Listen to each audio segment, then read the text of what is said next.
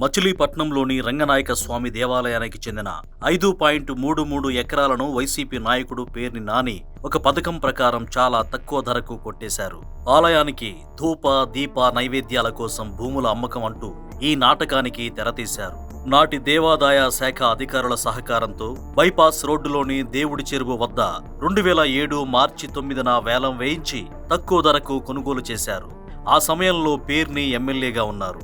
Machilipatnam bypass రోడ్డులోని ఈ దేవాలయ భూముల్లో నుంచే హైటెన్షన్ విద్యుత్ లైను వెళ్తోంది. ఇది ఉండడంతో ఎవరైనా కొన్నా అమ్ముకోలేరని ప్రచారం చేయడంతో వేలంలో బయటవారెవరూ పాల్గొనలేదు.